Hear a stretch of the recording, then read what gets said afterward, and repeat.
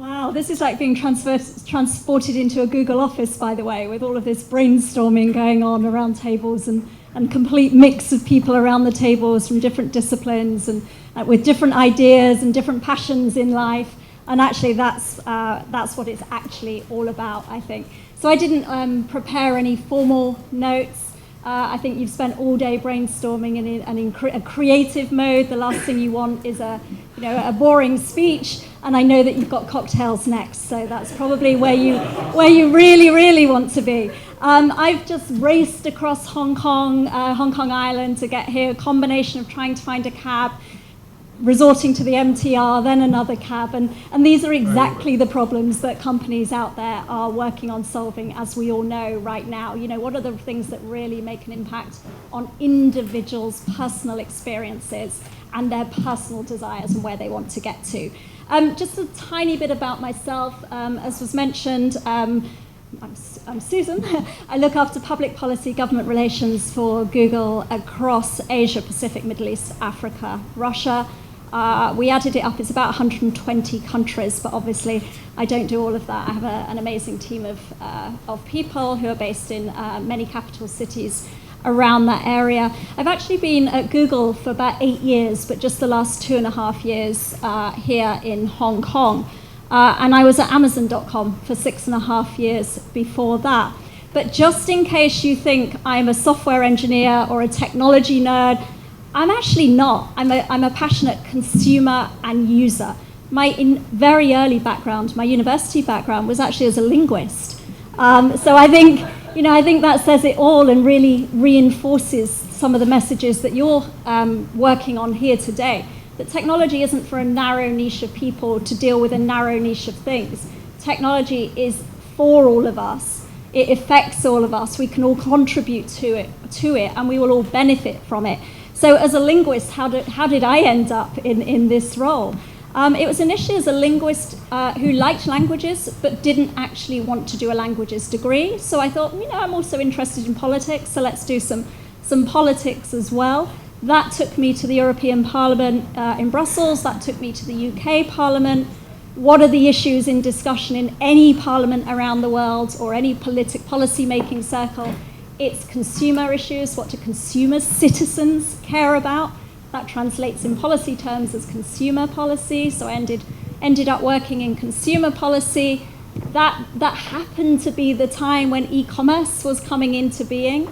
All of these classic institutions, business institutions think, oh, we don't actually have anyone working on this thing called e-commerce. So suddenly I found myself as just someone interested in consumer issues and the impact on consumers, on us as people, suddenly transported into dealing with e-commerce issues. From that, Amazon.com spotted me and I ended up joining them, and then Google and ended up joining Google. There's a point to this history, which is, don't define yourself too narrowly, I think. And actually, and I'm not sure whether Google liked me saying this, but I've always seen my personal loyalty first and foremost to the opportunities that technology brings. So that's why I joined Amazon. That's why I joined Google. Yes, it's nice when you work that you get paid, but actually what really motivates me in choosing the work I do is my personal conviction about where I want to see difference in the world. And I do think technology, particularly internet technology, mobile technology, and increasingly computer learning, those are the things that offer opportunity to change the world at scale. But also that impacts every individual around the world.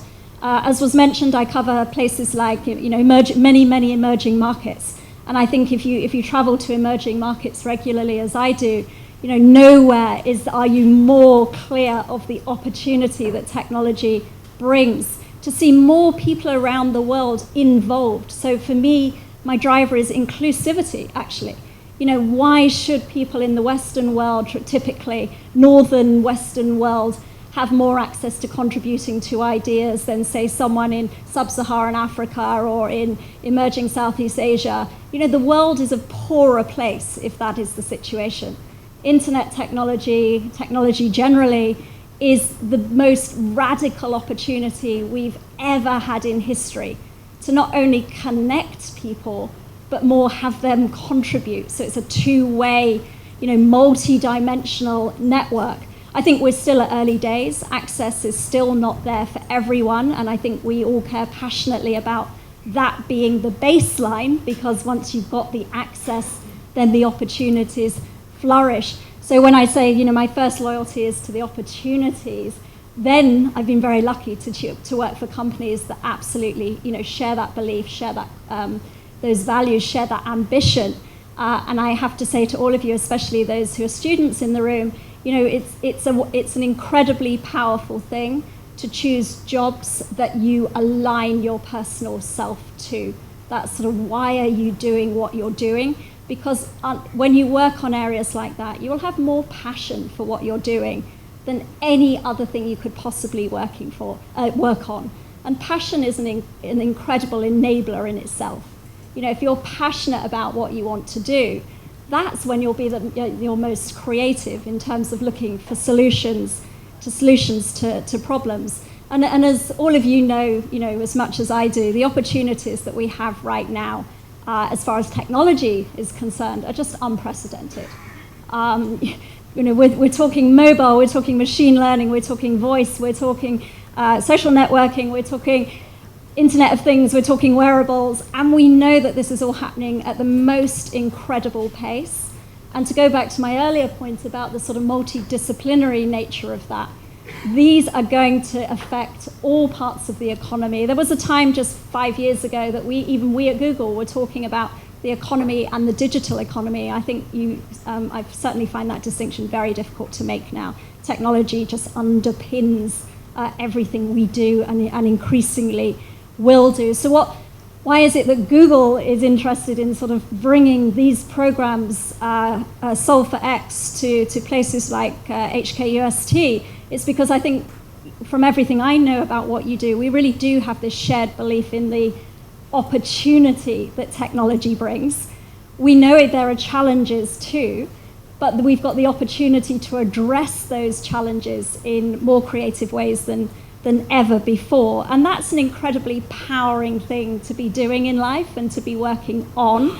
And we know that works best, that innovation works best when you bring together a mix of people and you put them in an environment that encourages a clash of ideas.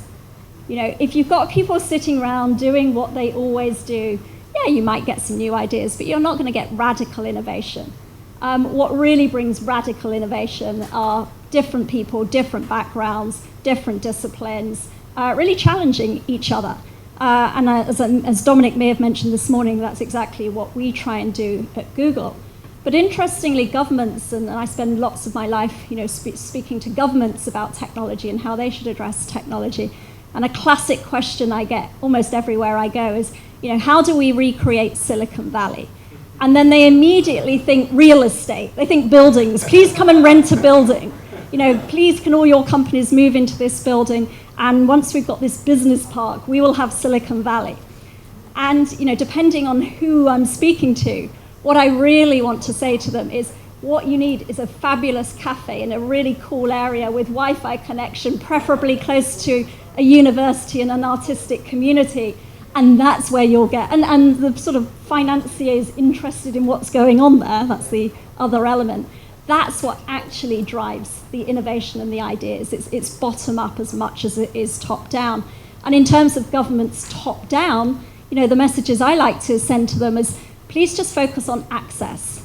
Don't try and control what you think people and companies should do with technology once people are online or connected or on mobile, or just create the conditions that they can get there. Once they can get there, don't try and overly control what the outcome looks like, because that can be very, very damaging. On the one hand, I think policymakers have a natural tendency to think, oh, there's something new, we must define it. Well, imagine if a policymaker tried to define what a mobile phone looks like any year over the past year. And policymakers, and there may be some in the room, so I have to be careful. But I've actually had to say, please don't define in law what a mobile phone screen looks like. You imagine how many times we would have had to change those laws over the past, even 2 years, 3 years. When does a mobile phone become a tablet, a phablet? So actually giving politicians and policymakers the confidence actually to say, let's step back, as long as there's no harm, let's step back, let's see how this emerges, and let's see what the value is that it brings to the consumer and the user. Because this is an incredibly competitive environment. What I love about, again, the enabling elements of technology and the internet in particular, is the more people that can come in, the more competition of ideas you get, and the more chances you get that it will be the user and the consumer that actually makes the end decision on who wins, who loses, which is a good technology, which isn't a technology. So if policymakers step into that too early, you can actually limit a better option, because there is a risk that you set in stone the thinking of today. And as we all know, I'm sure everyone in this room knows, technology moves incredibly fast, faster than ever before. Policy making, and this is no fault of policy makers, it's the systems that are there in all countries.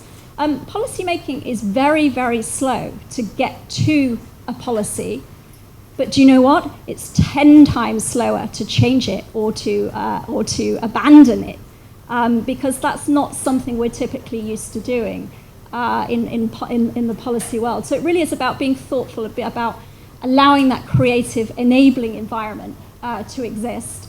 I think there's also a higher level which is not technology specific at all, which is that any company likes to have some sense of legal certainty, some sense of predictability.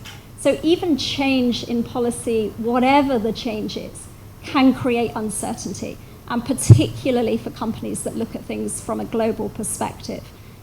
Because if there's any uncertainty about what that operating environment looks like, then they may well simply focus investment on another environment that looks more predictable. Now, I do want to say that there is a role for policymaking. I spent time in the European Parliament, I spent time in the UK Parliament. I absolutely understand it from the other side too, but I think the danger is when you get unintended consequences. I think most policy making is done with the best of intentions and a lot of thought and a lot of analysis. But actually what you find is often the case are the unintended consequences, the knock-on consequences. And I think particularly in a fast-moving world like technology. Did I have any other key points? I think we know that innovation is a driver for growth economically, lots of opportunity there. We know it's a driver of employment and job creation. That now obviously there may be some disruption in that, but we're looking at what's the net. But interestingly, from our research, it's actually the small businesses, the sole traders, the entrepreneurs, those with startups that have the most to gain. We know that companies that go online, for example, grow faster, employ more people, and become more world aware, just because the internet technology is inherently global. If you go onto the internet, it's quite actually difficult to limit your audience if you've got a great product and a great service, and that's the value of it as well. So that's the other message I send to policymakers is, I know that policymaking is inherently national in every country around the world, by the way, but technology is inherently global. The efficiencies of technology, the opportunities of technology are inherently global. They're not party political. They're not even, technology information flows don't know national borders inherently. So when you impose national structure on top of that, and there is a drive for that obviously within a country, you're always going to get a potential clash. So just thinking through what the consequences of that are and what the ultimate benefit is. Is it better to get the benefits from that open environment that allows free trade and free movement of information? Or is the benefit greater by closing down and thinking in a very nationalistic way? So that's another area that I spend quite a lot of time talking to policymakers on. And I think the other thing is just encouraging not just policymakers, but all of us, and I do this with myself as well, is just to keep learning, and be very, very humble about what we don't know. There is so much more that we don't know than what we do know, and that will always be the case. We should be very humble about that, collaborate with others, because that's how we test our own knowledge and get the information and get that clash of ideas. And then, just think about where do we want to take that? And as I say, it goes back to sort of my opening comments that for me, the driving passion is the opportunity that we have to change the world for the better. I know that's what you've been thinking about here today in terms of environmental issues, social issues, and really be driven by that. And there'll be challenges along the way. Technology ultimately is just a medium. The internet is ultimately just a medium that can be used for good or bad. But if you've got creative, well-intentioned people really bringing the best of their thinking, collaboration, exchange of ideas to those challenges, then technology for good is the direction of travel, and that's the direction of travel we all want, not just in our job titles, as I say, but actually as human beings. And I think it's a responsibility for all of us, and certainly we at Google feel this very strongly, that what we're looking to do is harness the opportunities of technology to really change the world for the better in radical ways.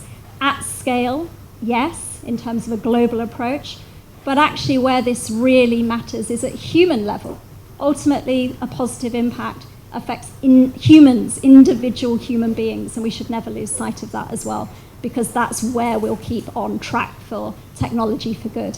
So I think what I would rather do is stop there, allow you all to move towards, I think, your cocktails. But actually, I'm going to stay around, so I'd love to hear more about what you've been discussing today, actually, because I'm sure I've got more to learn by doing that than standing here in some sort of monologue. So